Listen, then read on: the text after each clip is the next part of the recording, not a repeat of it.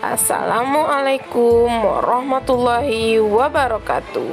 Halo anak-anak ibu semua, apa kabar hari ini? Semoga semuanya masih dalam keadaan sehat ya.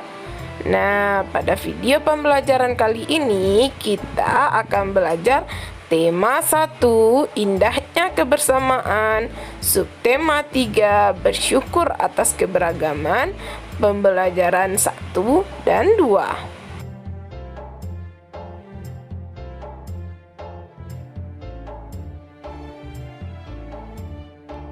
Indonesia memiliki keberagaman adat istiadat, makanan, permainan tradisional, lagu, tarian, serta lainnya. Kita perlu mensyukurinya karena dapat menikmatinya. Makanan tradisional Indonesia membutuhkan waktu dalam mengolahnya. Pembuatnya pun harus ahli membuatnya. Kita akan mempelajari tentang seorang ibu pembuat dodol Betawi, makanan tradisional Betawi. Ibu akan membacakan sebuah teks bacaan dan anak-anak ibu menyimak teks lisan ini sehingga anak-anak ibu dapat menentukan gagasan pokok dan gagasan pendukung dari teks ini dan menyajikannya dalam bentuk peta pikiran. Kita mulai ya. Dodol Betawi Mak Salma. Sebentar lagi kota Jakarta akan berulang tahun.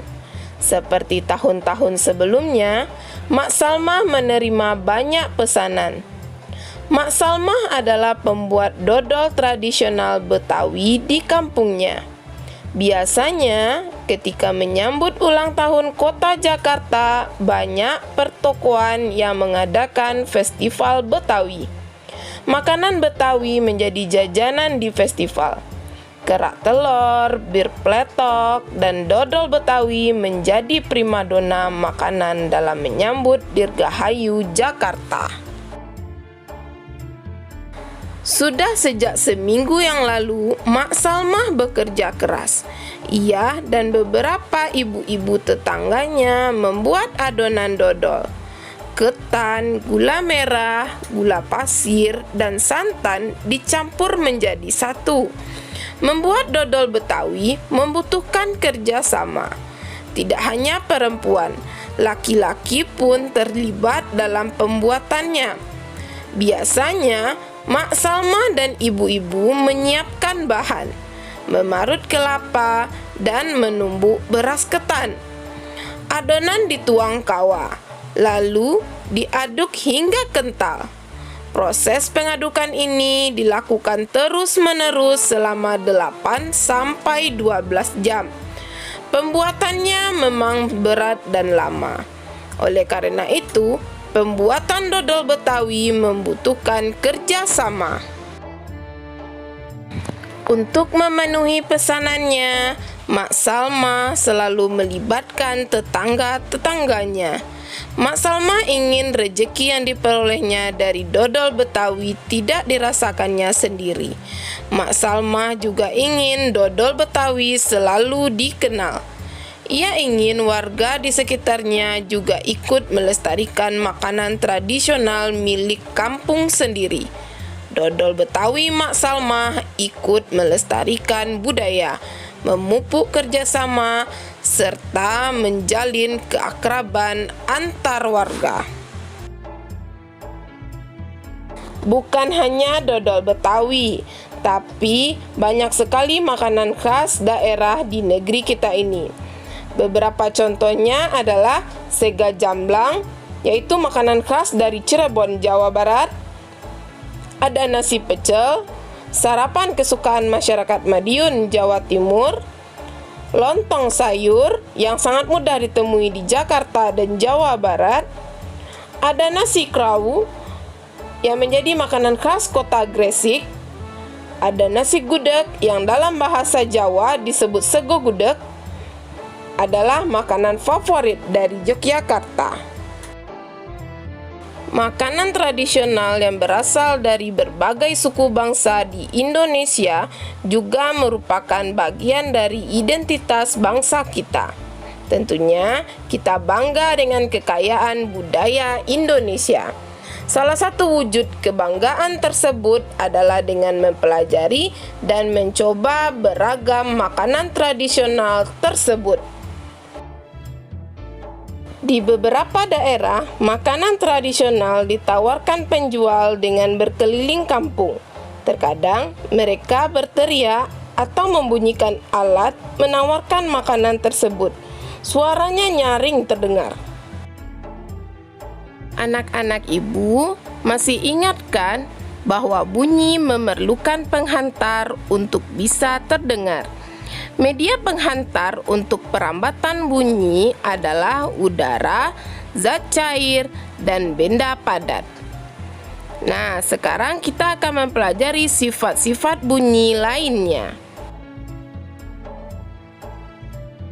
Bunyi sebagai sebuah gelombang memiliki sifat dapat dipantulkan dan diserap. Bunyi akan dipantulkan dengan baik jika mengenai benda-benda yang keras seperti permukaan dinding batu, semen, besi, kaca, dan seng. Bunyi akan diserap jika mengenai benda-benda yang lunak seperti gabus, kapas, dan spons.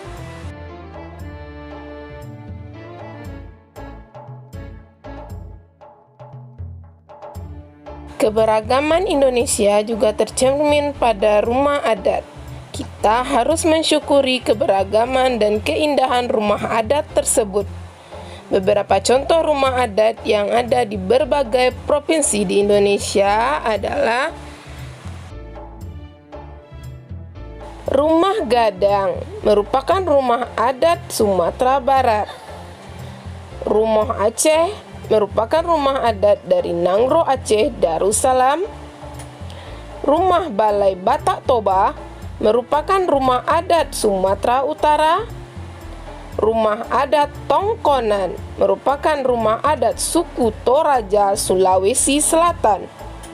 Rumah Baileo merupakan rumah adat Provinsi Maluku. Terakhir ada rumah adat Bangka Belitung. Nah, kali ini Lani dan teman-teman akan membuat mozaik rumah adat. Ayo kita baca bacaan mozaik kreasi bersama pada halaman 142. Anak-anak ibu baca dalam hati ya. Nah, dari bacaan tersebut kita dapat mengambil manfaat dari kerjasama dalam keberagaman.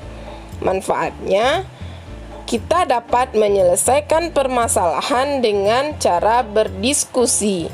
Nah, dengan berdiskusi, bekerja sama, pekerjaan yang berat akan menjadi lebih ringan dan dapat diselesaikan dengan cepat. Kerjasama dalam keberagaman juga dapat terlihat pada tarian. Salah satu contohnya adalah tarian Bungo Jempa.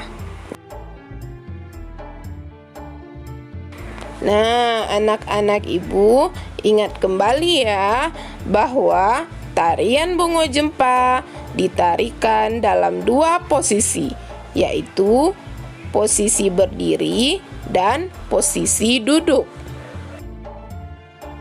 Tarian Bungo Jempa ditarikan dengan formasi dan pola lantai yang berbentuk horizontal, berbentuk huruf V, berbentuk lingkaran, dan berbentuk zigzag.